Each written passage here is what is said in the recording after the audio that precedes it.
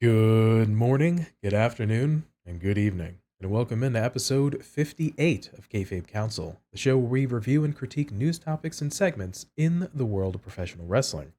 My name is Pretty Tony, and alongside me, as always, is the good brother TF Joker. Joker, what's the crack, man? What's going on? Oh, not much PT, just recovering after my weekend away last weekend and coming back and catching something that has knocked me for six. So if my voice does sound a little bit strange this week, then that is the reason why. It is no filters. It is just I have been coughing for the last while and my throat does not like me for it. Fair play. I know we had a week off in terms of the scheduling of the show. So Joker was away doing some things. I was spending time with some family and doing some stuff. So it's all good. Glad to have you back. Unfortunately, it seems that you're a little under the weather. Always remember, folks, for our listeners and our watchers, remember to hydrate as well because it's the summertime. Remember to take care of yourself. Do all the things that you would normally do, of course. But appreciate you. You're in good spirits at least to come and just speak some wrestling bollocks with me, and appreciate you hanging tough, my friend. I mean, always game to talk some wrestling bollocks. You know what I mean? Like there's always some bollocks to be chatted about whenever such fun segments like we've got planned for today exist in the world of wrestling, especially after I missed Money in the Bank live, which would have been fantastic. But, I did manage to drunkenly spoil everything for myself by being on Twitter. Fantastic. I said to myself, okay, after this time, turn Twitter off. Nope. I sat there that night on Twitter going, oh, wow, cool, cool. Oh, maybe I should stop doing this. Fantastic. But everything that I saw, I was like, we're probably going to want to talk about some of this stuff. So I'm hyped to be chatting some more wrestling ball. Oh, for sure. Some of the topics we'll get into have been affected by what occurred at Money in the Bank. So, yeah, we'll end up touching on a few of those things. And it's crazy, man. Social media, whether you do it purposely or by accident, reactions.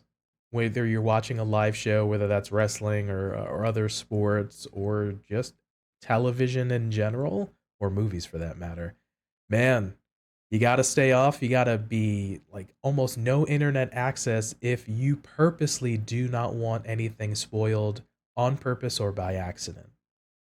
Oh yeah, I was just drunkenly doing it, completely oblivious to my own detriment. At that point, I was like, "Oh yeah, cool. That such and such happened." I'm like, "Oh yeah, Money in the Bank." Turn that off. And then I went back to it 20 minutes later, going, "Oh yeah, Money in the Bank." Turn that off. Yeah, I'd maybe had a few beers by the time that had went on. So eventually, I stopped myself and I did turn off the phone, but that was the damage had already been done. Yeah, it's all good. It's just the nature of where we are at in society with media, social media, just kind of how we are. So it is what it is, but we'll get into a few of those things here on this episode. So join us, let us know what you think as well. All right, before we get into the episode proper, we here at Kayfabe Council are saddened to hear the passing of Darren Drozdoff. Our thoughts are with his family, friends, and fans at this time. All right, as a reminder, you can find us in video form at youtube.com/kayfabe council and in audio form wherever you get your podcast from. On this week's episode, we look at fractures in the Judgment Day, Shayna Baszler turns on Ronda Rousey, MJF Adam Cole partnership, and the trial of the tribal chief Roman Reigns. So, coming up first, fractures in the Judgment Day. At Money in the Bank, Damian Priest won the eponymous ladder match and now holds the briefcase. At the same pay-per-view, Finn Balor unsuccessfully challenged Seth Rollins for the World Heavyweight Championship.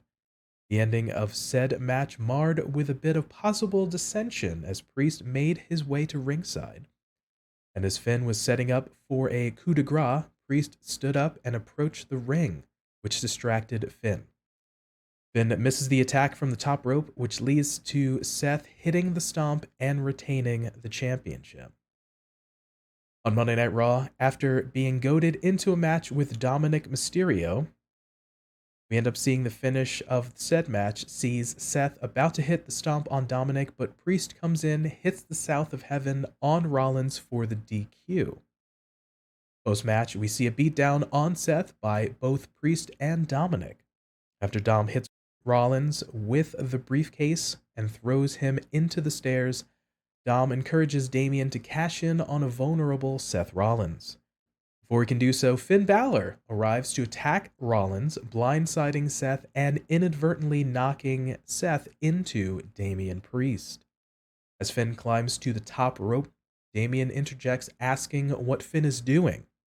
Both men argue over the other seemingly costing them their chance at winning the title. After Seth hits a pedigree on Dominic, Raw ends with Rollins watching as Finn and Damian continue to argue with each other and Rhea consoling a fallen Dominic. So Joker, there were some seeds sown before Money in the Bank with allusions to possible tensions within the Judgment Day, specifically Finn and Damian here. The last thing we see on Raw are the championship aspirations driving a wedge between the Judgment Day. Yeah, it's one of those things that people like to use as a sort of a crutch to drive a wedge. Whenever we do have these factions that are perfectly balanced, as all things should be, as the man Thanos once said, that we just have this kind of thing going on, where this one individual, Finn, is challenging for the title, and this other individual, Damien, has an opportunity beforehand to get, maybe even take that title from him. And Damien showed some respect to Seth, and that was all well and good, but it didn't sit well with Finn, and we saw the cracks start to form, or what we believe are cracks. Now, whenever we were talking about potential winners of the Money in the Bank briefcase, I was heavily on the side of LA Knight. I'm still on the side of LA Knight should have won because I'm a big LA Knight fan. But I can see really good potential for long-term division within the Judgment Day now that Damien has this briefcase, now known as Senior Money in the Bank. Congratulations, we love to see it. Um, that it's just one of those things that I look at and go, actually, even though I would have preferred that decision, for long-term storytelling within a faction that has actually done really well over this last year, this is a reward not just for Damien. This is a reward for everybody's hard work. Like we've got Finn and we've got Rhea and we've got Dom Dom. Like it's an even brighter spotlight just shone on the Judgment Day. And we've seen what can happen when you shine that spotlight onto a faction and give them that story and give them the ability to tell what they need to tell in the bloodline. Like we're seeing the culmination of 3 years of story, everybody calling it cinema with the bloodline. We could get more cinema out of the Judgment Day just with this briefcase. Because, are we going to see the Civil War? Are we going to see reconciliation? Are we going to see the drifting apart? Are we going to see whatever's happening? So I'm actually really excited. Plus, we had a really, really good um, match between Damian Priest and Bad Bunny, and that match that we lauded that should have went on last in that pay per view didn't. And this is another reward I feel for Damian Priest's outstanding performance in that. So I'm okay with him getting the briefcase. I just don't want them to drop the ball with how they play off of Finn and Damien. I want them to sort of make sure that the Judgment Day sticks together up until Damien's successful or unsuccessful cash in. Only for Finn to maybe play that hype man and be like, "Yeah, you did it," and like give me a shot. And then for them to go on and for Damien to put Finn down, and then for Finn to maybe have a little bit of an inner crisis kind of thing again, only to come back and eventually win it. It'll be fun to see how they pull all this off. But like I said, it is a really interesting sort of aspect because it's a reward, first and foremost. And the only people who can mess this up are not the four people in the Judgment Day. It's the people here in the decision making chairs. And I really hope they don't. Agreed. That's a really good observation. Made me think of these guys have been running hot, especially in this calendar year.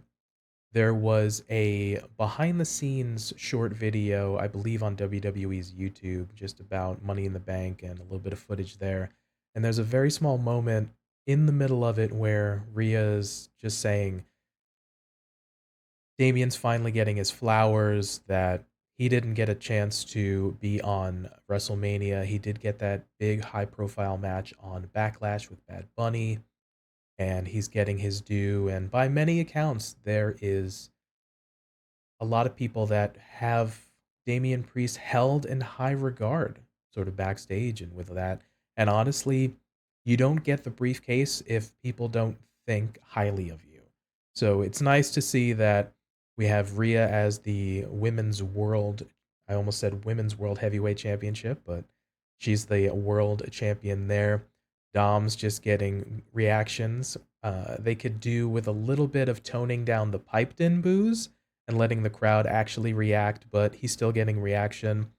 Finn's just being a maniac right now. We always love some Finn, and Damien's like you said, getting his flowers now. So a lot of folks are really high on this faction. They've been doing a really good job. They've been featured on media a lot. So I mean, yeah, I think it was one of those where the reaction for the Money in the Bank ladder match, everybody, excuse me, London was pulling for LA Knight, but to be a heel and to have an appropriate kind of thing work with Damien being kind of who he is, a little bit of that more heel character, not quite a face, but or anything like that. Briefcase usually works better with heels, but yeah, I feel like every once in a while when you add the wrinkle into something or a faction, it adds interesting elements, and we're seeing that now with Judgment Day here. Yeah, I mean, back whenever in some of our earlier episodes, we were talking about the Judgment Day and how I wanted it to be used as a platform to elevate everybody. And we already saw that first element. We talked a lot about Rhea Ripley and how I wanted her to be elevated to women's champion. That has happened. And it's actually been really good that she did this within the Judgment Day. And that's why I want that trend to continue.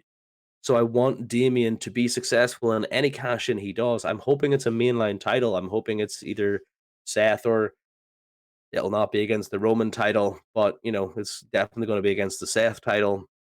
So it's just one of those that you look at it and you go, I like the idea, but also how do we execute this and how do we make this fun and interesting and that sort of dynamic of keeping the family together but also causing some strife. Not so long ago, there were rumors about adding in a new member to the Judgment Day. We don't know who that is. But that's fine. We don't. I don't. At this point, I'm not kind of speculating. But that rumor, coupled with the fact that we can see cracks between Finn and Damien, means that Finn could challenge Damien after he successfully cashes in and then get replaced because he loses and then have a reason to try and fight to get back in the Judgment Day or get back at the Judgment Day. There's so many avenues to really interesting stories that this briefcase is affording us because otherwise it's just a case of, well, now how do we get these guys a title shot? And it's not something that I thought of before because, well, I just really like the dynamic of the Judgment Day being Rhea's sort of evil henchman. It's kind of like it went by me whenever I was like, "Oh yeah, they're literally just Rhea's evil henchmen here at this point," and I was okay with them continuing with that. Um, and the one last thing that I think is a really interesting sort of talking point. The reason people were sort of poo-pooing the idea of LA Knight is because the man's 40 years old and is in his 40s. Damian Priest is 3 months older than LA Knight, and nobody had any qualms with Damian Priest getting that briefcase. So to me, the age was never a thing. And it was more a case of like, how do we keep this away from LA Knight? I honestly think that in the long run, it will be proven that they did the right thing for the wrong reasons. I just kind of wish people would be like, this guy's getting over organically. It's not the first time, won't be the last time.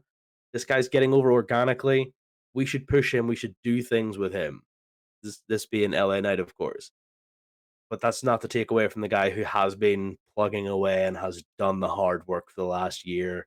Uh, well, specifically the last year, he's been doing hard work for his entire blooming career. Don't get me wrong, but it's being noticed on a grander stage in this last year has been upward trajectory. So it's one of those you look at and you go, this has been on a long, slow simmer. We kind of forgot about it. We should reward him for being such a good unit. Reminds me of that Randy Savage quote, "The cream will rise to the top." So always talented folks in LA Knight or Damian Priest, when they're getting cheered and they can overcome potential bad bookings and still become successful. So I'm gonna go ahead and agree with you on that. But in your piece, you mentioned a couple things that I wanted to touch on. That the tension between Finn and Damian, after a year in the faction, this potentially might lead to a little bit of a small rivalry between the two. I had to look it up here. Last time Finn and Priest were on opposite sides of a match, you have to go back to Hell in a Cell 2022 of last year, where Edge, Priest, and Rhea Ripley took on AJ Styles, Finn Balor, and Liv Morgan. And then the last one-on-one match took place on May 9, 2022 episode of Raw, where Finn defeated Priest by DQ. This was leading into that Hell in a Cell mixed tag match. But real quick on that specific piece, would you be interested if this led to a match between the two once again? It would all depend on how they build towards it. If they Fair. just kind of go together, like, oh yeah, I'm super angry at you for costing me this, like, uh, basic mustache twirling villain kind of stuff right there. It's a bit basic. But if we kind of build towards it, and the animosity, and you can see it happening, and we expect the match to happen, but it's still not happening, and then it happens. That's how I'd like to see the match go. I'd be okay with another match, but I don't want them. I don't really feel at this point that there's a need for any more than even one match between them. It's not as if we've built up a sort of heated rivalry. That's something that they need to do. So if I start getting like about a million house show matches and I hear that Finn is fighting Damien for no reason, I'm like, boys, it's just too early. Just can't kindly calm down, go away. That's usually the indicator if you're doing some house show matches. You're prepping for a televised match, so we'll keep an eye on that. There's another piece that you touched on as well, and we've heard this with Imperium, but also with Judgment Day, potentially changing up the faction a little bit. It's one of those that, with a match between Finn and Damien, could spell a departure, perhaps, of one of these guys. We've heard off and on at nauseum about changing up groups, but I recall a couple weeks ago, and at this point, maybe a month and change or so ago, Finn reconnecting with JD McDonough, and that's a blast from his past, also from Bray County Wicklow. Finn also helped train JD when they were coming up as well. Would you consider changing up the formula would be good? for these guys in the faction, or do you see this potentially as a detriment? It would be good. And I had to think there for a second because I'm going to use the bloodline as sort of the basis for a long-term stable in recent history where things have went well and with how we have changed things and how we've done things. Um, we added in the Sammy element, which added in a much needed boost and sort of gave everything about the bloodline that we currently know its legs. Because it was floating along, it was carried along by the fact that Roman was champion. People were sick of him. As much as you kind of want to say, oh, he's the champion, I love him, Roman Reigns is the best, I've never been tired of him. No, you lie. And I know you lie because nobody wanted him as champion anymore in like 2022. It was boring. And PT and I have both sat here and, chatted, so much bollocks about it that the only thing that kept that together was Jey Uso and Sami Zayn. And look at who's at the top of the bill right now. Face to face against Roman Reigns. It's Jey Uso. He's being rewarded for his chops. I think, yes, if we can change things up and we add in, take away, we divert, we do whatever, it has to make sense to the unit. I feel like if you just take Finn out and don't replace him, or you just bring in somebody who doesn't give Finn any competition or doesn't challenge him in any way, I can almost speak. Then you're sort of not building on the team. You're just kind of doing things for doing them, and I think that's one thing that if we need to sort of jumpstart or push things up a wee bit of a hill, then that's how we do it. Um, but we just need to look at what has worked before with other things and manipulate it and make sure it kind of fits into what we're doing with this situation right now. And the briefcase, like I said before, is a definite big shot in the arm for building something from nothing.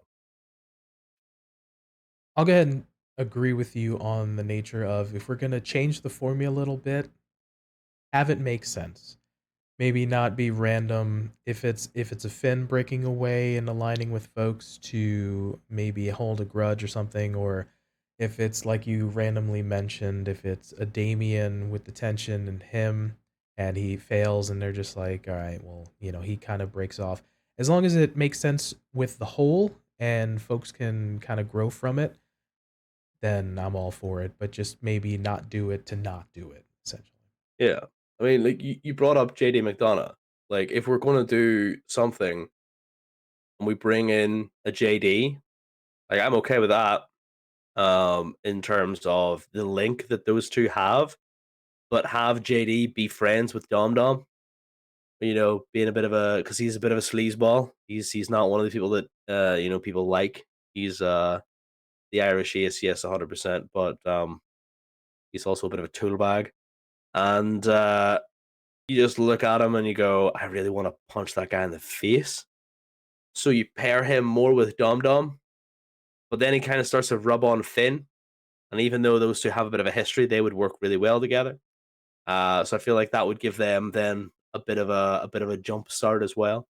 So if that's how we're going to do it, I feel like he's pretty much the only one you can kind of get away with right now.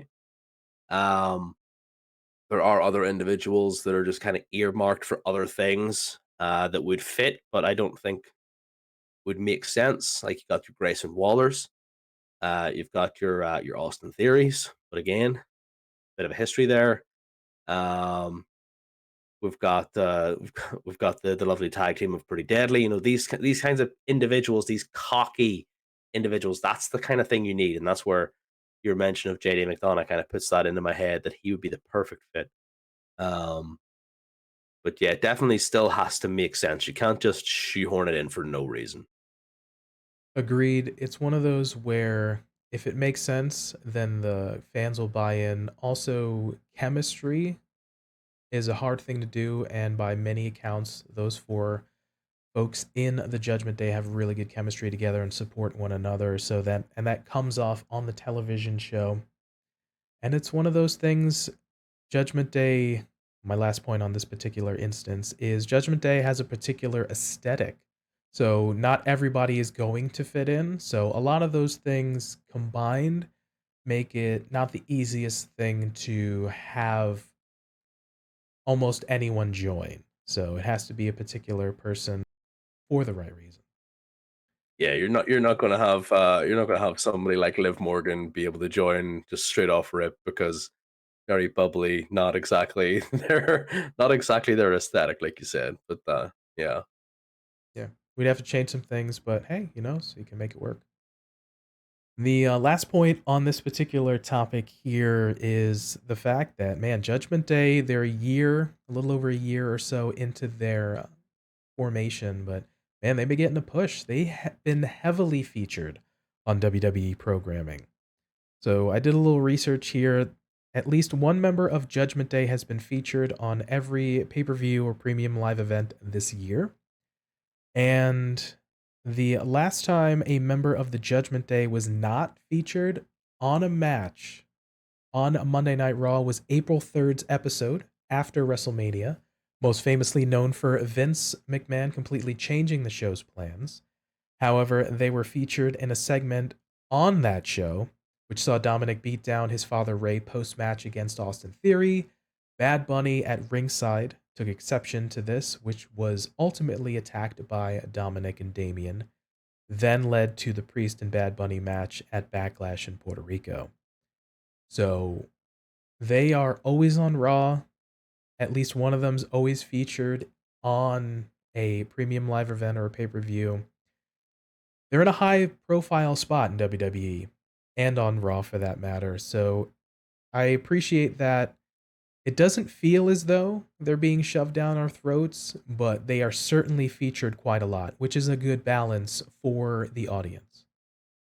They have said before, I think it's actually Rhea that pointed it out that they run Monday nights in a promo like a few months ago. And I was like, do you though? And then I kind of started thinking about it and like, yeah, they've been pretty prominent throughout Raw cards. That just kind of make you look at it and go, oh yeah, no, they have been. They've been really consistent. Yeah, it's been good. Yeah. So, by many accounts, like we've talked about it in this segment here, featured a lot. These four folks are executing well. They have really good chemistry. Rhea's got a championship. Dom's been featured. Finn's been getting in some crazy good matches. Damian now has the briefcase. Folks are high on this faction in WWE, and by many accounts, whether you're getting booed or you're getting cheered from various members of the crowd, these guys are getting a reaction, and that's good for business. So glad to see all these guys getting appreciation, getting some spotlight, getting some time on the shows. You love to see it. 100%. All right, so are there fractures in the Judgment Day? Perhaps it begs to be seen.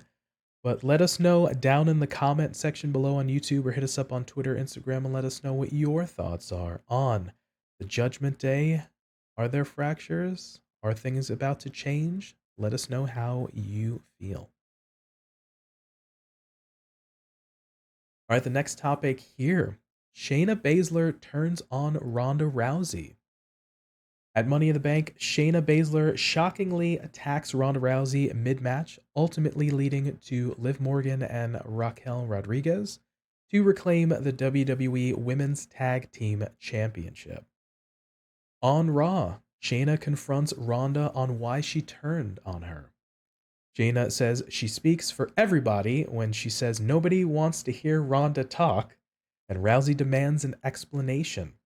Shayna calls Ronda narcissistic and claims that she's the only reason Ronda is even standing in a WWE ring right now. The only thing she owes anybody is an apology for bringing Rousey into the business.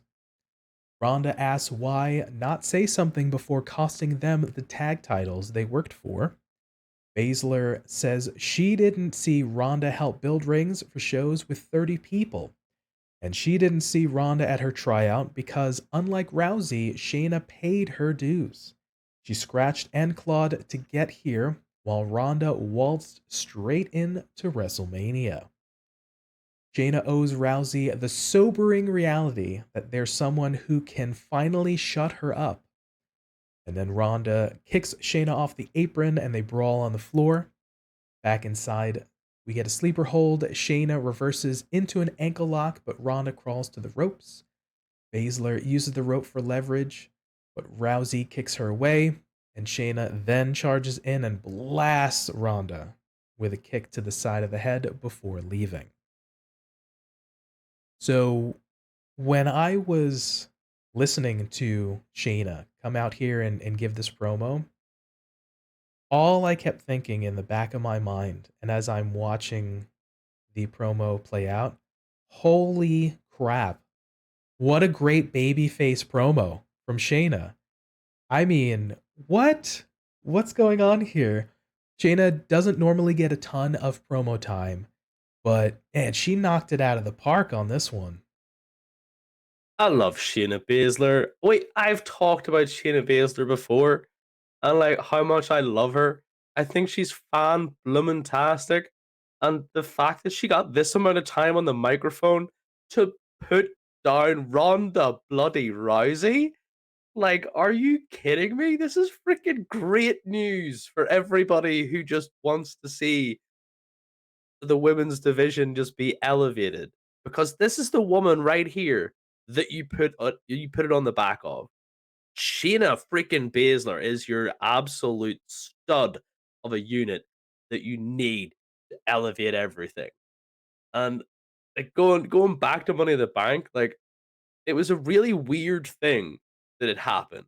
Like everybody was just kind of caught off guard. There was a stumble back into the corner. There was a tag made. Ronda goes in to do what she needs to do, and then Shayna just immediately goes in and gets on the Kirifuda clutch. You're like, okay, yeah, cool. Why? Why, Shayna? What are you doing? What is the point? Not that we really care that much because you're beating up Ronda Rousey, which, by the way, let me just face it. Ronda Rousey has put on excellent showings for the last, I don't know how many months. Anytime she's been in a ring with anybody, she sells like her life depends on it. She's really, really good. I just think that one element that she's never been able to kind of master has been the microphone. And I feel like that's where Shayna's sort of initial comment really made me giggle.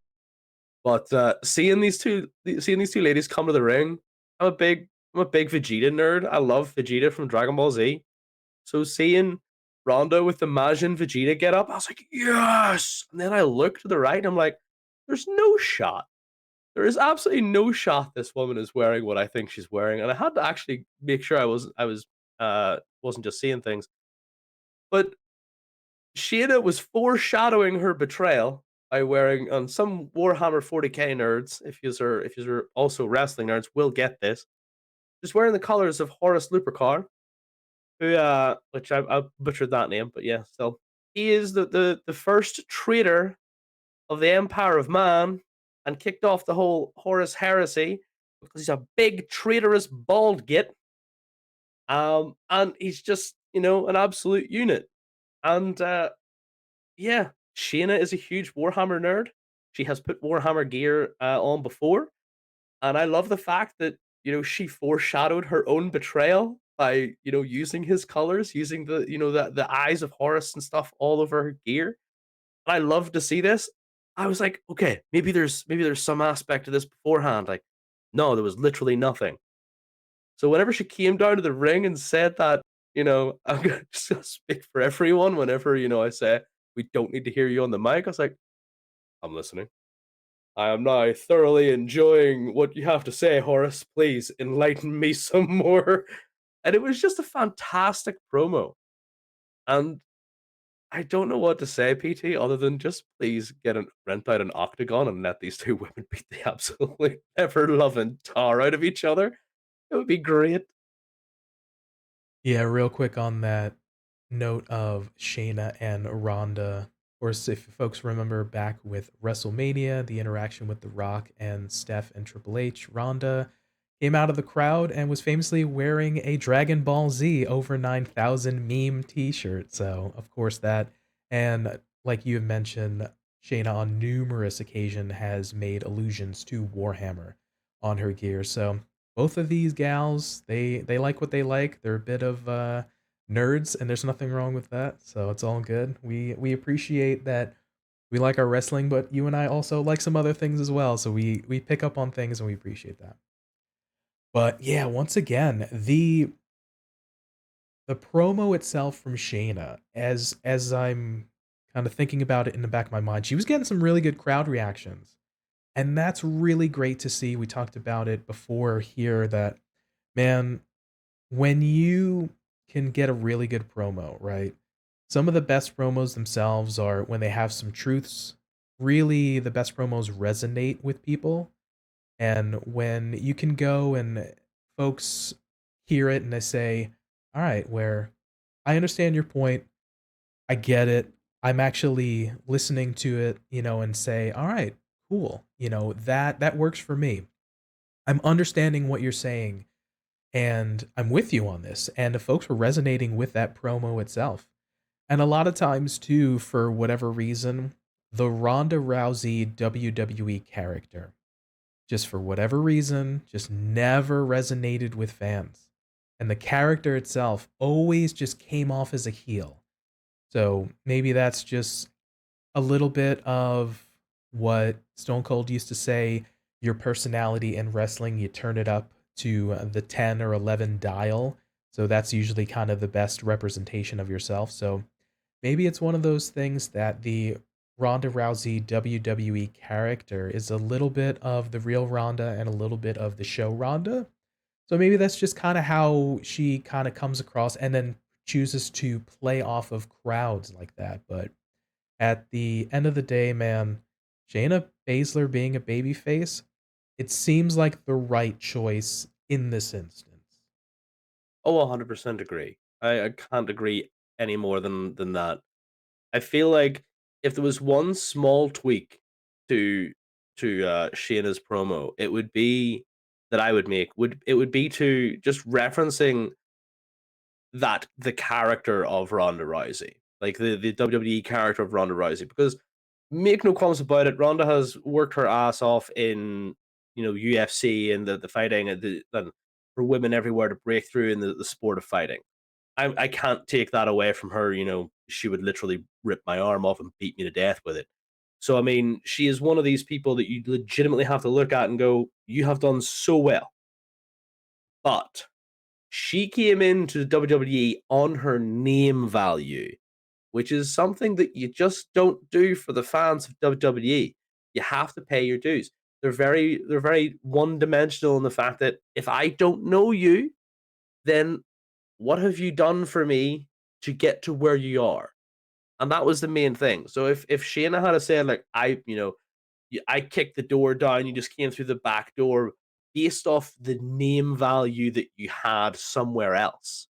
She had to just added that little bit. She had to just reference the fact that you only got here because of who you are, not because of what you've done for this business that I love. That kind of thing. I think that would have even got a more punchy reaction. And I was just like going through her promo with her, and she's just like just saying all this stuff. I was like, this is so good. Reference the fact that she just got in her name, and she's like, just do it, just do it. And she kind of hinted at it with the backdoor stuff, and even calling her a narcissist at the start. I feel like she was about to say something that wasn't for TV, which is why you're narcissistic, and then just kind of stopped and just kind of waited for a couple of seconds. I felt like there was some expletives that were about to be hurled on TV. I just can't get over how good the promo was, and I've seen, everybody has seen how good Shayna is in the ring. I keep going back to her Elimination Chamber performance from a few years ago, where she was just she was a monster, and I mean that in the nicest way possible. Like she was an absolute dominating force in that Elimination Chamber, and if we marry the two up, where has this perfect being been all this time in a floundering women's division? If we need somebody to fight Rhea Bloody Ripley, it's Shayna freaking Baszler. And that is something I'm going to want to see at next year's WrestleMania. Make it freaking happen. Agreed. A lot of good points there. I'm in agreement that I will take nothing away from Ronda as an athlete. You don't get to go to the Olympics. You don't get to be a champion in a sport without being hardworking and just kind of putting in the work there. So, absolutely. And like you said, there's a lot of history with Shayna there. Obviously, with Ronda including, and it's being played out, so like I'm down for it to get the opportunity to get this promo time if for a person we don't see doing promos, as well as you know that last point you said, a potential beast of a character in Shayna coming back to dominance and potentially fighting a Rhea Ripley. Rhea was the one who took the belt off Shayna in NXT, which kind of got Shayna an opportunity sort of to get onto the WWE Raw SmackDown kind of roster proper. But it's one of those where I think this is definitely a positive, and it's one of those where here's where I'm getting to. I circle back to get my point across for Shayna to get a promo time once again for a person who doesn't get promos and an opportunity, and we're thinking about opportunities, it was one of the things that I think Ronda was pulling for. I pulled a little backstage ska here. According to the Wrestling Observer newsletter, WWE's original plan was to give Baszler a slow build, and this is her match with Ronda or her turn on Ronda, but injuries and the upcoming expiration of Rousey's contract caused the creative team to change plans. Quote, the Rousey and Baszler tag team put together for the storyline is a breakup and a feud. That dated back to when Rousey made the call of when she was leaving. It's not known the date, whether it's right after SummerSlam or they'll take the program longer. But Rousey gave the office a finishing date of this run and asked to be put in a tag team with Baszler and to feud with her. Baszler helped Rousey greatly and really taught her a lot about pro wrestling when the two lived together and would watch wrestling together and attend shows at PWG. So Rousey wanted to pay her back by giving her a program that she otherwise wasn't going to get. Between Rousey's injury and other changes with the office being slow to get it started, they had no time to really establish them as a tag team or do the traditional slow build that was the original idea. The idea was to give them a lengthy reign and then do the split, but that didn't work out. So curtail into that, Rousey really going to bat for her really good friend Shayna, who is also extremely talented. I really like that essentially she wants to help her friend be successful, which is fantastic. Circle back to that Scott Hall. We want friends in the business or we want money. Hopefully we can have both in this instance, but looks like we're heading towards a match between Ronda Rousey and Shayna Baszler, which I am totally down for. Oh yeah, I'm gonna be down for that all day long. I want to know how much they're willing to be snug with each other, just for a sense of realism. Because both of like obviously, we're not in MMA here, we're not UFC. The fact that we're not going to be seeing those punches and those actual knees to the nose, et cetera, et cetera, et cetera. Um, but I just wonder how well these women are kind of want to be snug with each other because that knee to Ronda's face was hella snug. I felt that whenever that happened, I was like, oh, actually, side of my face kind of stings a wee bit. So it's going to be a brutal match. I feel like there's gonna be pros and cons to the match. And it's gonna put Shayna back in a position of absolute monster and dominance. It's gonna be fantastic to see because she's gonna be fighting someone who, by all accounts, is her equal in terms of combat experience. I feel like the one major drawback that we have to having a Ronda Rousey, having a Shayna Baszler is whenever you go into watching those matches, you see Ronda adopt this fighting stance. It's a very different thing from everyone, even Shayna herself. She doesn't adopt a fighting stance. She just kind of is there and she's ready to start the match. But Ronda is hands up, ready to come out of the corner into your face. So having these two vicious fighters with that same mentality, I feel like we're going to get one hell of a women's match, not a wrestling match. It's just going to be a war. And if we kind of continue on down that road, we push Shayna up to this sort of storied height of being able to beat Ronda Rousey. Because let's face it, how else is this going to end? You beat the baddest woman on the planet, Ronda Rousey, on her way out the door for this run, for her run on this stint in WWE. Like, there's no other there's no other end to that saga for me. That has to be the way it is. And like, very few people have done that and been legitimately badasses. Like, not taking away anything from Liv Morgan, but her win was anything but decisive. So it's one of those that you look at it and you go, this one is going to be decisive. And it's really nice to see that Ronda Rousey, even though, yes, she came in the back door on her name value, she is willing and ready and able and in the position to be able to give her friend something that she wasn't going to get before. Agreed.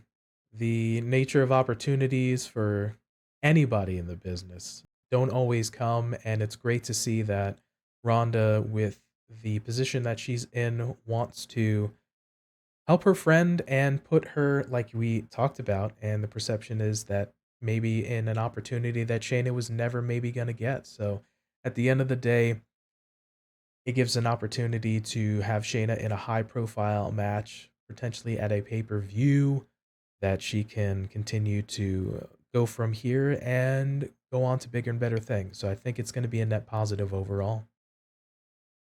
All right. So those were our thoughts on the Shayna Baszler turning on Ronda Rousey angle, promo, and attack. Let us know down in the comment section below on YouTube, or hit us up on Twitter, Instagram, and let us know what you think. If Shayna is going to come out and beat the tar out of Ronda, is she going to win? Is Shayna going to eventually become the beast she once was in NXT? Let us know what you think. All right, the next topic we're going to talk about here, MJF and Adam Cole, a partnership in AEW.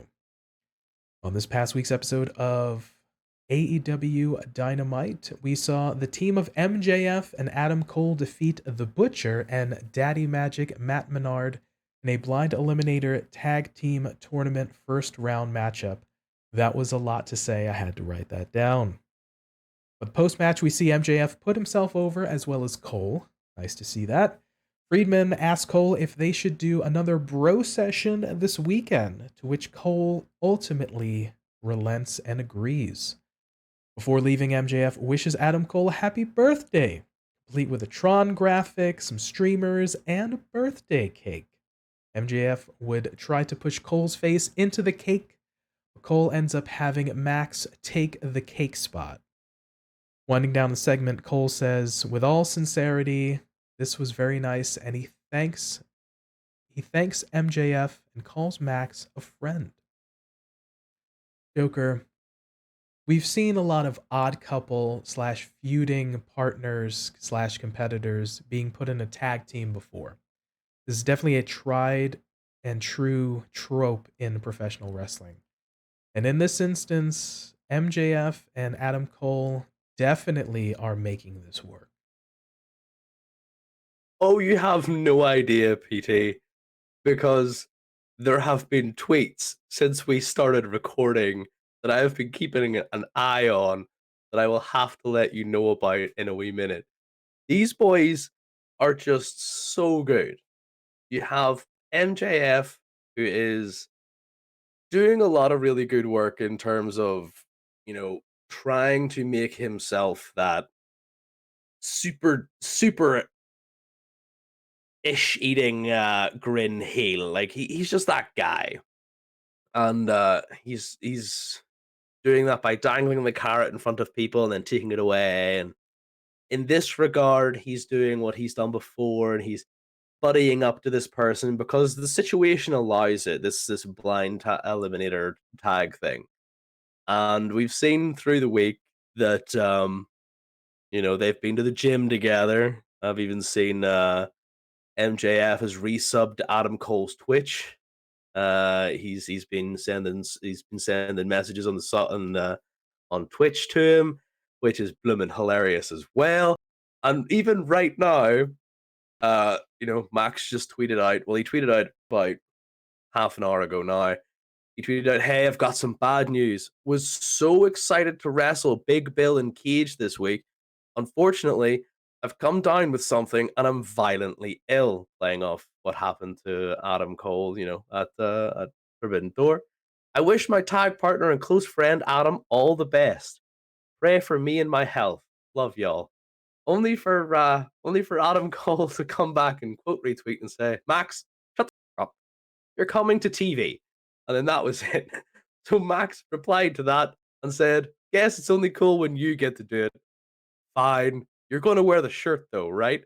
So that's where we are currently. These boys banter from back and forth on Twitter, and it's just one of those things that I love to see the bands. Like they're so unserious, and like you said, the odd couple kind of vibe has worked before. Uh, Team Hell No, for example, kind of always springs to mind when we think of odd couple. Um, and there's obvious other ones, but that one just forever sticks in my mind. And this one will probably now start to stick in my mind as well because it's just Max is so good at that character work, and he makes you equal parts believe and hate him.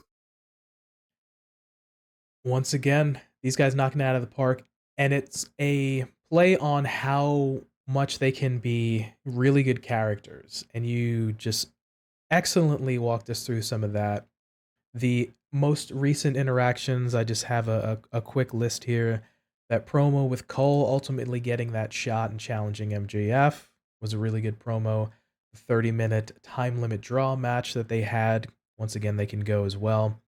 The follow-up promo where they both told Tony Schiavone to shut up when they told them they were going to be a team. The backstage with Renee and with MJF initiating the Bro Weekend and getting the merch. The aforementioned segment I just read off, the vignette of them training at the gym. They have this thing where they're solid in the ring enough and have really strong character work that they can be good on the mic, they can be good in the ring, they can be entertaining. And it's just one of those where if you're gonna have these extra elements, like we're having the vignettes, the promos, oh man, speaking of Twitch, there was the quick video, I think, of Max ended up calling Adam Cole while he was live streaming, and essentially he's just like, "Max, boundaries, let's talk about this offline. I'm streaming right now. We can't do this now. I'm gonna hang up." So you can see that whether or not this was a Tony Khan booking thing or this was something that they ended up having creative input on, they're knocking it out of the park. Fans are enjoying it. The reactions they're getting within matches against one another or teaming up or the segments. I'm sure the views on social media are getting really good responses, but there's something that's really working well between these two. This is definitely their creative input on this. Like I feel like Max is probably the one to sort of say, "This is all the stuff we can do. Are you good with this?" And Adam's just been like, "Yeah, I think that would actually be cool. We haven't really done this stuff because like they were working out in the gym." While I don't advocate making fun of anybody in the gym, you really shouldn't do that. Mind your own business in the gym. Max starts on some guy who's working out behind them, and Adam says, "No, don't say that. You're not. No, that's not cool." But then they both turn and look at him and goes, "But he does look like Tony Schiavone," and they make fun of him for that. So like, okay, cool, yeah. While I'm not okay with making fun of him, but they still kind of come together on their hatred of Tony Schiavone, which was kind of underplayed. whenever Adam Cole came back after his injury, and I'd like to see that being played up a bit more because it was always a really weird interaction whenever Britt was with Shivani getting interviewed, and Adam Cole would just turn up and be like, "What are you doing, Tony?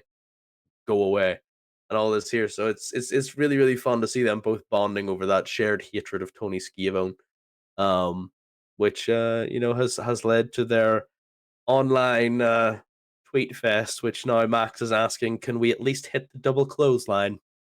So things are progressing well for this team of Max and Adam, and yeah, it's definitely fun to see while it lasts. Agreed. It's one of those where, like you said, they bonded over something, whether accidentally or inadvertently, their displeasure for Tony Schiavone. So when they have a common ground, you can plant the seeds to sow into something potentially beautiful. It grows into a plant. But this pairing itself, during our pre-production call yesterday, made both of us think of the pairing that MJF had with Chris Jericho during the Inner Circle. It has very much those sort of vibes from the character work, at least, we'll say that. We all know how that ended, but that's not to say that it's maybe a full rehash of any stretch, but we get the inclination that MJF's trying to work Cole, and that Cole at least is not a dumb Babyface is esque type character where he doesn't see it. He realizes that and he's being cautious as well. So he's wise to Max's conniving ways, if you will. But on that Mhm. note, Joker, how do you see this playing out? How do you see the blow off happening? Do you see maybe like a Max turning on Cole? Do you see maybe Cole just being like, I'm done with you, Max? Do you have any kind of idea? I can only really say how I'd prefer it to happen, Sure. because like it is one of those things that we always see Max with the upper hand, and he's always the one to have that last laugh. And as we've seen before in their match, Max won because of time limit, etc. And it's one of those that you look at and go, he's always had that upper hand. Well, how about we give that to Adam Cole? Like, because I do want to see Adam beat MJF. I want it to be Adam Cole to win the title from MJF. That's how I want it to happen. Now it's a case of how long are we willing to put up with that to make that happen? Um, and I feel like the one thing that we could possibly do is have Adam Cole set up MJF for their eventual loss in the tag team tournament and have MJF get pinned, only for then the person who pins him to be like, "Well, I pinned the champ. I deserve a title shot." And then for it to be like, "Well, no, he cost me it, blah blah blah for him." And then Tony Khan makes the match. We get a little short feud between the person who pins MJF.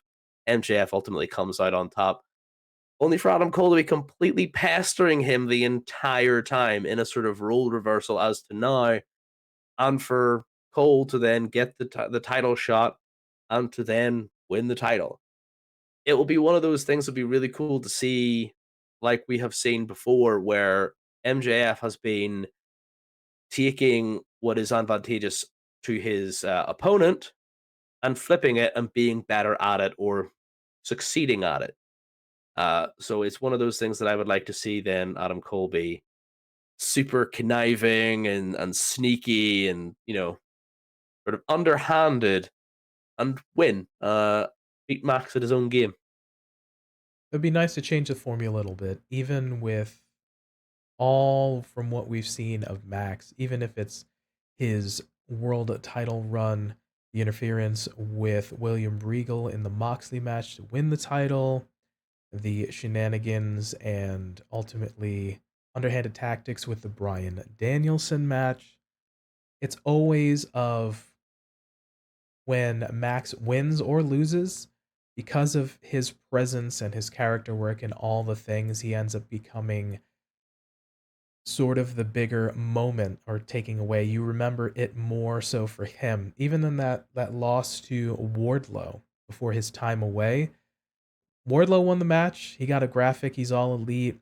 everything was kind of for that. But we remember more so from that weekend where Max was like, I'm not going to show up to the meet and greet and all this stuff. So it was more about a Max story than it was for Wardlow, unfortunately. That notwithstanding, I'd be open to seeing a little bit of change of the character and to have a sort of smarter babyface not be perplexed and not be overtaken by the MJF character. So maybe it's one of those where MJF comes away, excuse me, Adam Cole comes away with the victory, maybe by a DQ or a count out, so we don't type of thing. But then, so just maybe change it up a little bit. Obviously, we don't want to schmaz, but hey, I feel like changing the formula up a little bit, giving Cole a little bit of an advantage would help character development for both.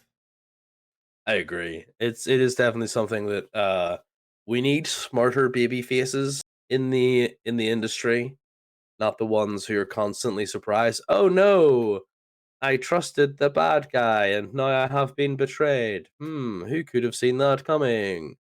Definitely not me. You should cheer for me more because I'm like you, etc. etc. And everybody's like, nah, we wouldn't have fallen for that.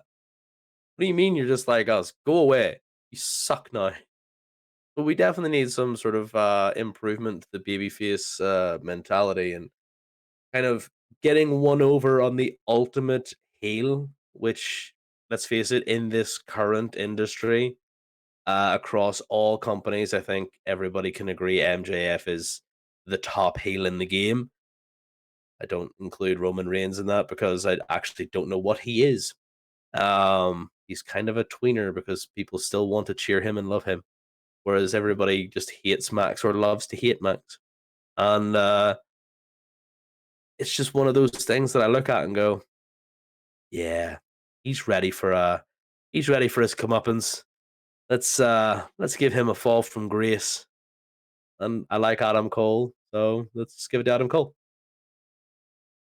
Fair play. There's a lot of good character work, like we talked about. It's engaging. It might be short-lived, perhaps, with an all-out and or an all-in coming up within the next month and change time, but we'll see how things play out. But I am probably looking forward to just more shenanigans from the two of them. We pretty much know it's going to be entertaining. I mean, yeah, 100% it is. All right, so those were our thoughts on MJF and Adam Cole's partnership. Let us know down in the comment section below on YouTube or hit us up on Twitter, Instagram, and let us know what you think and your thoughts on if Adam Cole and MJF are going to ultimately be best friends. Are they going to bro it out or they are going to be at each other's throats? Let us know down in the comments below.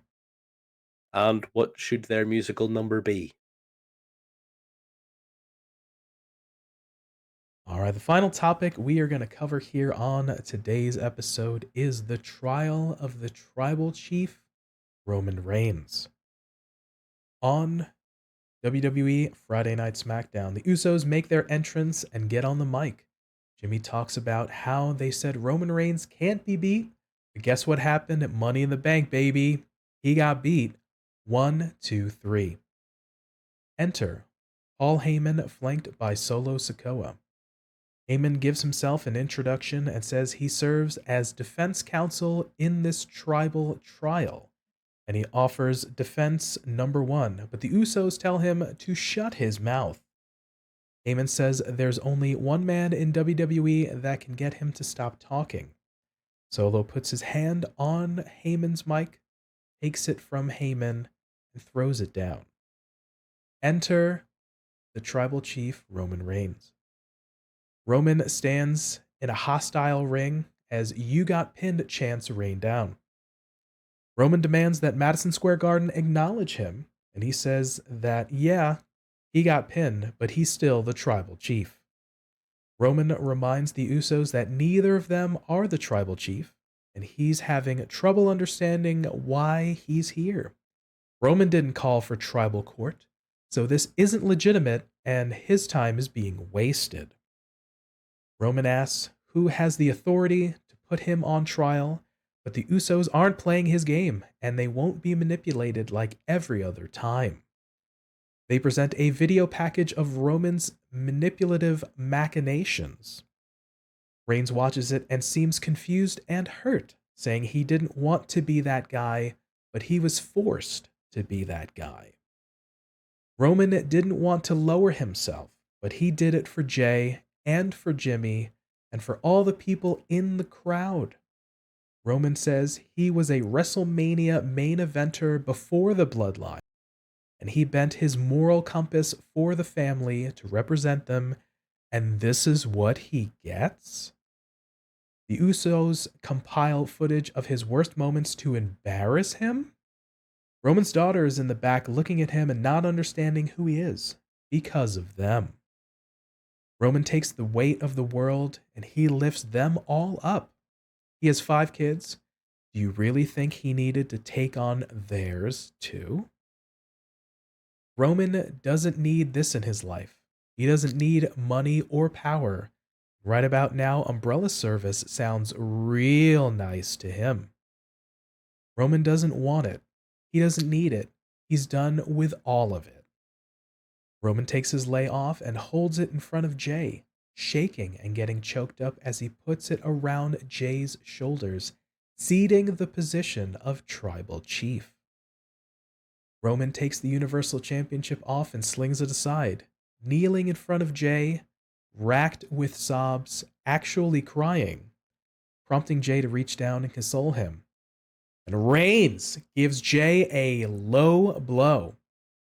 Jimmy's had enough and tees off on Roman, putting boots to him until Solo pulls him away and puts him down with a Samoan spike. Sikoa grabs the lei and stares at it briefly until Roman approaches and holds out his hand. Solo hesitates for a moment. Jey wipes them both out. Solo pulls him away. Spinning Solo takes Jey down. Roman hits a Superman punch on Jimmy and goes to the floor, clubbing away at Jimmy as Sikoa clears the announce desk. Jey tries to save his brother, but Solo lights him up.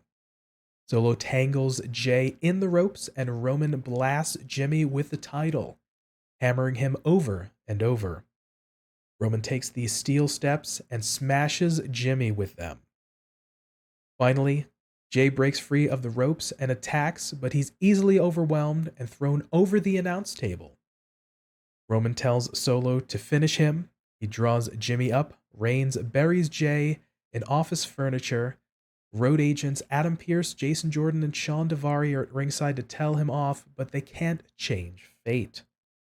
Solo splashes Jimmy through the announce desk. Paul Heyman then pulls the lei back on the tribal chief, and Roman holds the titles high. To end the show, Roman Reigns, Paul Heyman, and Solo Sikoa once again are in the ring together, and Roman gets on the mic. Roman says, "We're going to do this one more time," and demands Madison Square Garden and all of New York acknowledge him. Jey Uso then makes his entrance through the crowd. Solo goes to the outside to cut Jey off, but Jey takes Solo out. Jey slides in the ring with a chair and beats Roman down. Jey lines up for another chair shot, but Solo interferes and gets taken out himself as the tribal chief runs away. Jey picks up the WWE Undisputed Universal Championship and gets on the mic. Roman tells him to put that title down. Jey says, "You're looking at the judge, jury, and executioner right now." Now he has to get Roman, and this is a trial by combat now. Jey doesn't give a damn about brothers or wise men. He just wants Reigns one-on-one so he can whoop his ass one more time. Roman fumes. Well, looks like we might have the next challenger for Mr. Roman Reigns, Tribal Chief, WWE Undisputed Universal Heavyweight Champion, WWE Champion, Universal Champion, Champion of the World, perhaps, Joker. Jey looked good holding that one singular golden belt, didn't he? That visual was very nice. It's not bad. He looked pretty dang good holding that belt in the middle of that ring. He had just held it up, I'd have actually, I'd have been so happy. That'd have been the one little thing that It would have been super good. He just laid it down as trial by combat and judge, jury, and executioner. It was so good. It was such an impassioned promo. One thing that I always sort of sit on the fence about is how much passion Jay puts into his promos. Sometimes there can be a wee bit too much, and it feels like he gets away from the point, much like me when I ramble. But at least there's millions of people watching him. There's only like 5 people watch me when I do it. So I mean, it's one of those things. We've been doing it now. Um, but it looks like we have got this next challenger, and we kind of thought that this is the way that it was going to go with how stuff was happening. Um, I'm okay with this. Are you okay with this? Honestly, yeah.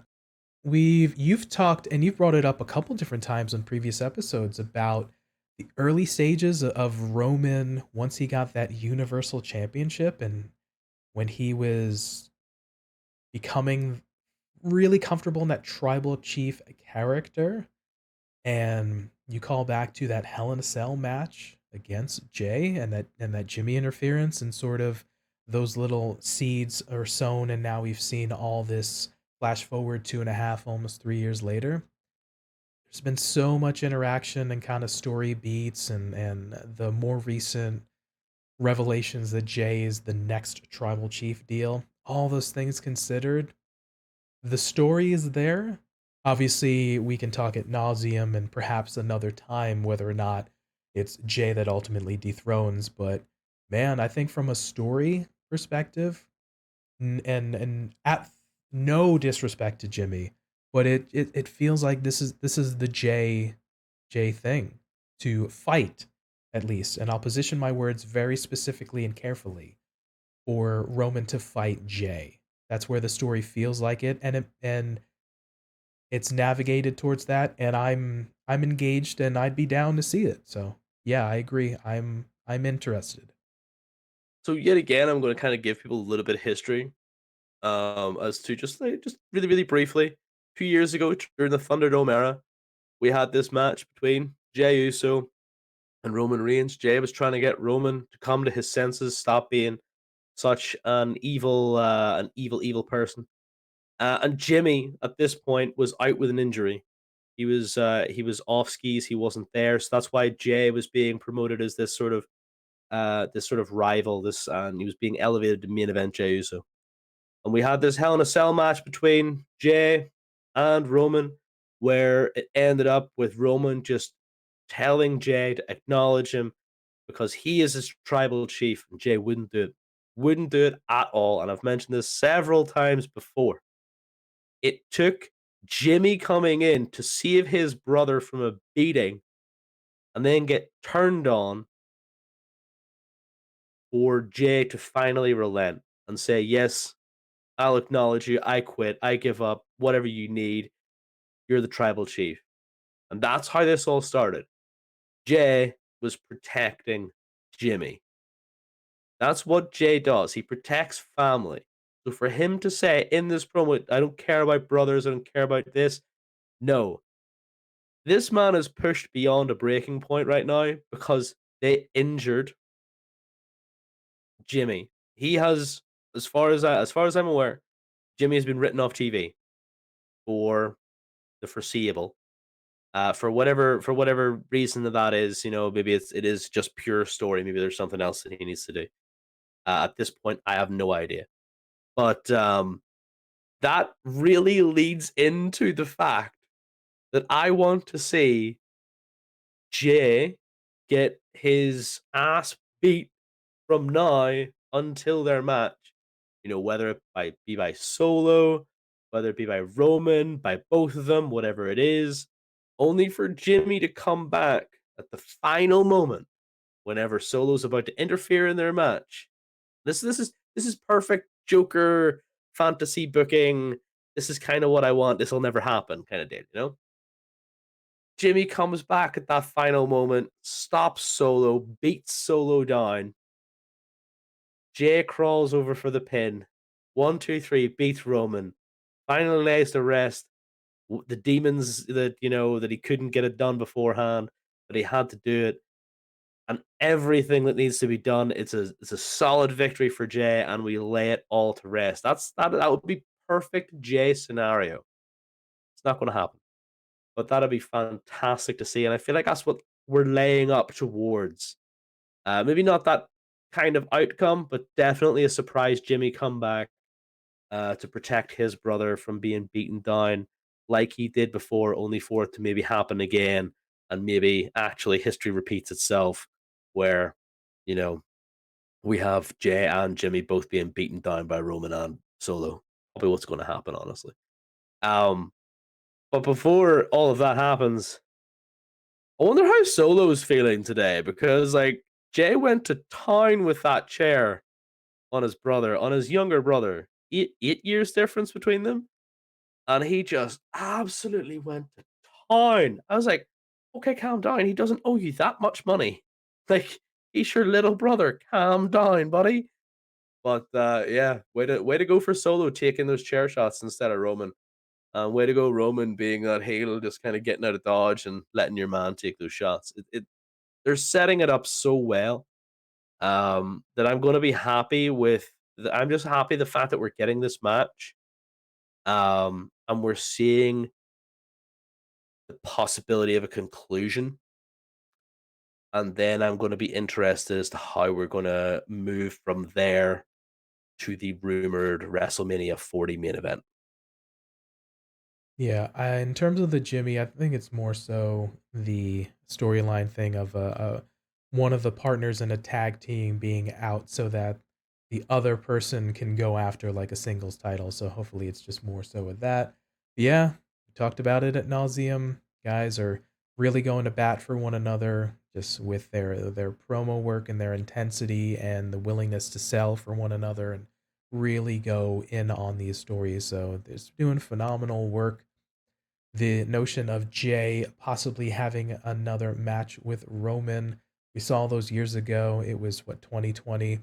We've seen, I think, Kevin Owens in the interim time between that match and right now has gotten number of matches against Roman in that period. So, I mean, we've spaced out a rematch for well over 2+ years at this point. So I'm not mad at it. We've had other people face Roman multiple times within that time frame. So a little bit of a fresh, seems like it plays into the story in your booking. We don't know if it's exactly going to go how we think it's going to be laid out in your booking plans, in your playbook, but it seems like based on your thoughts, Jay is going to finish the story. Interesting. I wouldn't be mad at that. But there's also the very last thing you mentioned. There are rumors. Oh, how we love the rumor. Rumor mill is going rapid that another future matchup between the American Nightmare Cody Rhodes and the Tribal Chief might happen at the next WrestleMania 40. I'm trying to remember because 39 was earlier this year. WrestleMania 40 in Philadelphia. That might end up happening. So there's a lot of time between now, which there is at the time of recording, it's July, and a potential March and April time frame. A lot of things can happen. But, I think it's one of those when we ultimately decide to take the title off Roman, whether that's by a member of his family, whether that's by a conquering, defeated foe from his past, whether that's somebody brand new, whatever it is, let's hopefully make that the championship elevates that person. It's put in good hands. We have good creative going forward for challengers for that person. Essentially, the story makes sense, and Roman can kind of do his things whenever and wherever that might be. Let's make sure that we capitalize on the person that defeats Roman for that title. Yeah. I mean, that is hopefully the game plan that moving forward between now and WrestleMania 40, we actually have 6 PLEs, premium live events, pay per views, whatever you want to call them. So that is a grand total of about 2 title defenses for Roman. If that two's a lot in six Well, PLEs I'm slash already 8 months. Yeah. I'm already including the title defense that he has against Jay. So there's one. So we've got one more out of the remaining five. And the likelihood is that will probably be at the Royal Rumble. So, we've got like a remaining four. He's definitely not going to be a Survivor Series this year. There's a couple of other ones that he's probably not going to be at. We can joke all day, but this is legitimately Roman's truth. It is in the time it took for him to have an actual match. We had almost two pay-per-views since WrestleMania. Like he just took like 3 months off just because he could. He's the champ. He can do that. He's worked to do that. That's fine. So the one thing that we really have to do is even after this next PLE on August 5th, we have September, we have one in October, and we have one in November. So we've three after the next feud this year. I can guarantee you that he's not going to be doing anything at Survivor Series. So that's the November PLE completely out of the books. So he is probably going to go from October to possibly February without a title defense in a PLE. That's a long time. So we have a long time to build to then April for whoever is going to be the next person to take on Roman Reigns. It just doesn't make sense to me to have him defend at Royal Rumble. That would be a Seth thing. It doesn't make sense to me for him to be really anywhere near Elimination Chamber, but we would have to have him defend just before, or at least be seen just before WrestleMania. So we're really talking about Payback later this year. We're talking about SummerSlam, which he's already got on, and anything else we have, whatever the other two are. Well, the other one is. So it's one of those that we have all this time to build somebody else up, but then we have to remember that we have to build Cody back up and give him a reason. As much as I love Cody, there's no shot he's winning the Rumble this year. So we have to get him into a legitimate storyline with Roman Reigns. And that's going to take some doing considering they're on two different shows. If that's the way they want to go at WrestleMania, of course. Anyway else, we have plenty of time to build somebody else up. If that's Jay, if that's Solo, if that's LA Knight, if it's Seth and we're doing a whole whoever wins gets both belts again kind of deal, then it's whatever. But it's definitely there is a lot of time. We just have to do it right. But after this Jimmy Jay and Solo Roman feud, we are now going to have to start looking outside of the bloodline for our contenders. Really quick to address the Cody piece. We can have the Royal Rumble winner face off against the World Heavyweight Champion. Cody can be in the Elimination Chamber for a shot at Roman's title. That's how he wins that. That's how he gets to challenge. So we can make that work essentially. But the first point you were just mentioning, that looks like we may, at the time of recording, we have not confirmed a match at SummerSlam for Roman and Jay, but looks like we're going in that direction. As much as I want to be a troll and jokingly, make fun, your notion of we may have a defense at SummerSlam, we might have one more before the year's end, and then have a possible Royal Rumble or Elimination Chamber and then a Mania. As much as I want to have kind of fun and kind of go on a diatribe, it's probably a strong, realistic piece that, it is what it is. We had a defense at Mania. We probably are going to have a match at SummerSlam, maybe one more match before the year's end, and then on to the new year. And it's crazy. It is what it is.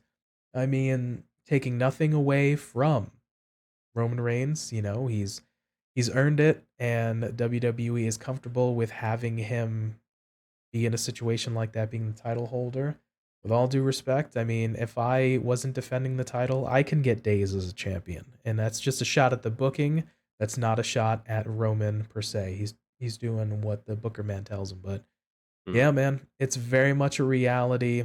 By the time Mania rolls around, do we do we finish a story? Do we finish the story? Where do we go? But you're right. After the next piece of this sort of mini bloodline interlusion, we do need to think about a next possible for the late year, and then a potential person for the early year, and then a person for Rumble. So we've got some time.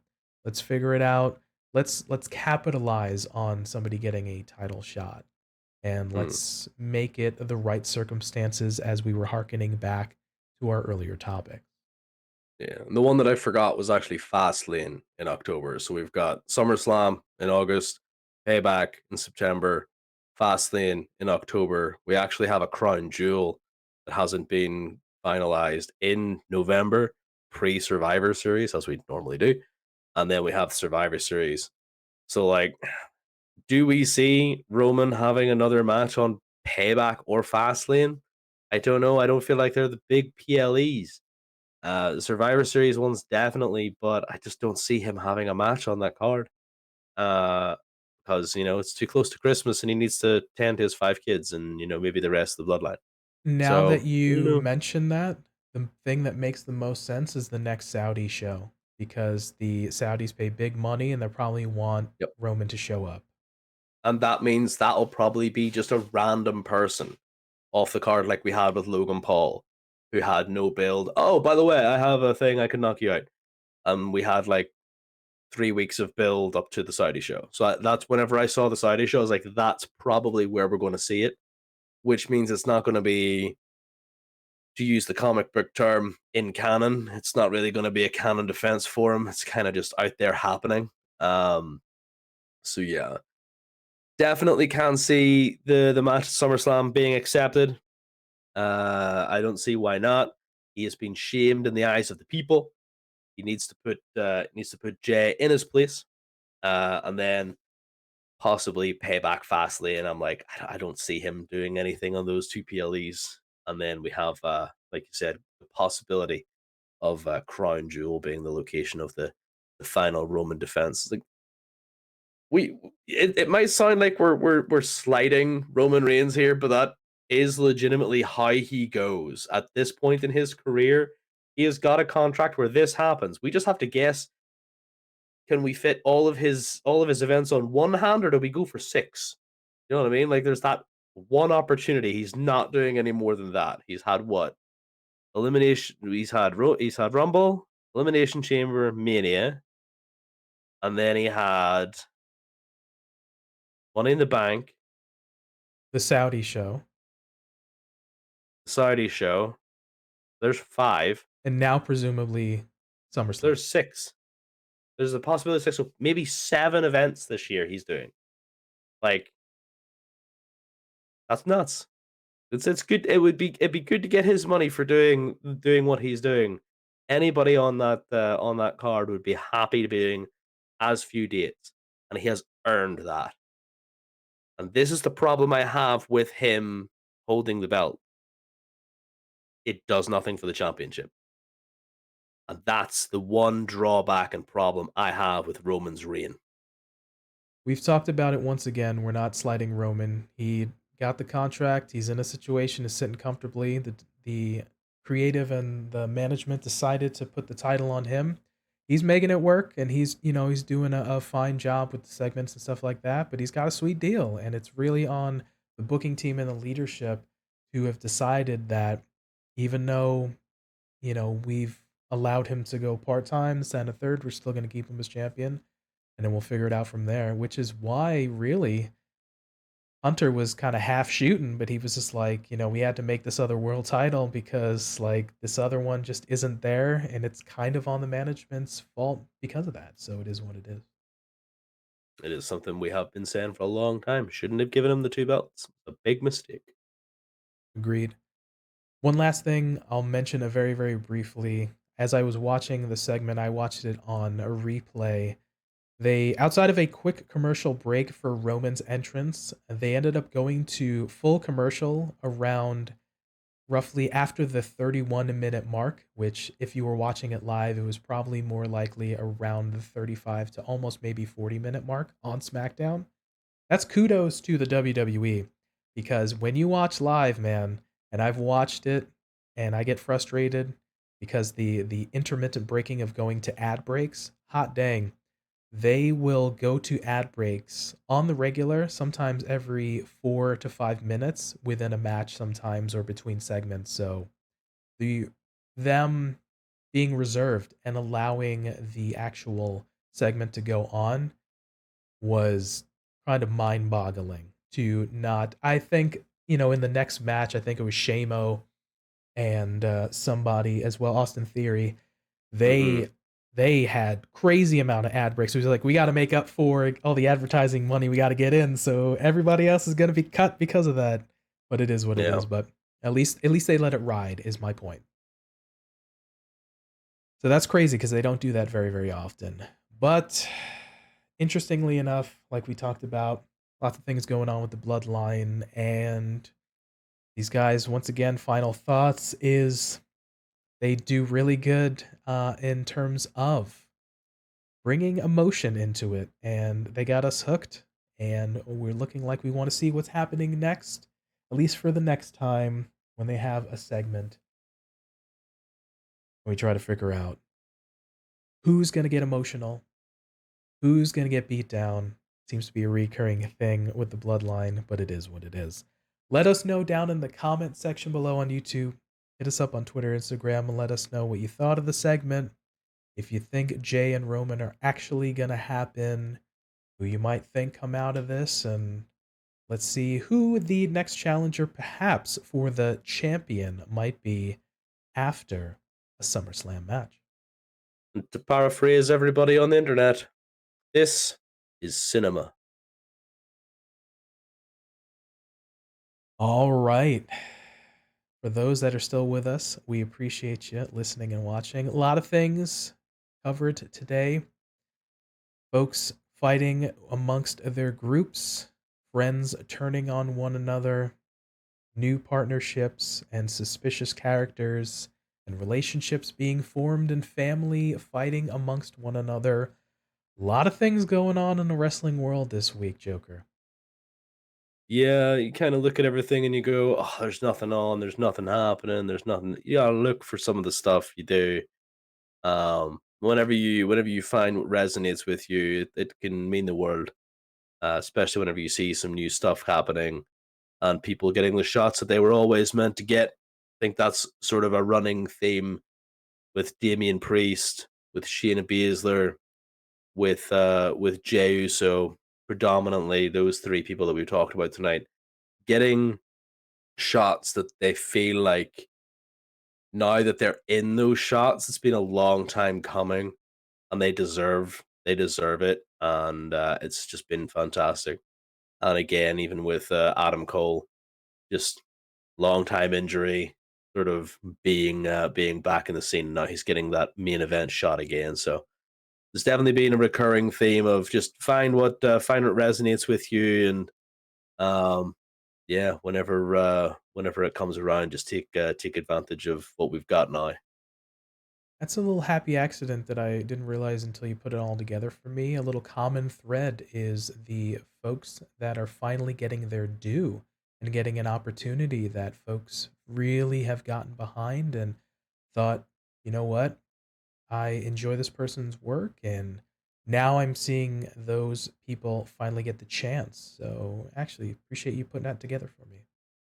I sometimes got coming to you with some pearls of wisdom. There it is. So lots of things building, lots of longer kind of story time in and outside of the ring being presented and put into the creative here. So I'm kind of digging what we've got going on right now. Lots of build. Hopefully, we see good payoffs, is ultimately what we talked about, and is the other common thread that we mentioned here. We want to see things work out well for all the folks within the stories that we looked at today. All right, so we're gonna wind on out of here. Thank you so much for listening and watching. So for TF Joker These have been the facts of life. Yeah. and for me, Pretty Tony, we thank you for your time and letting us be a part of your day. And remember, be good to yourself, be good to each other, and we will catch you next time. Peace.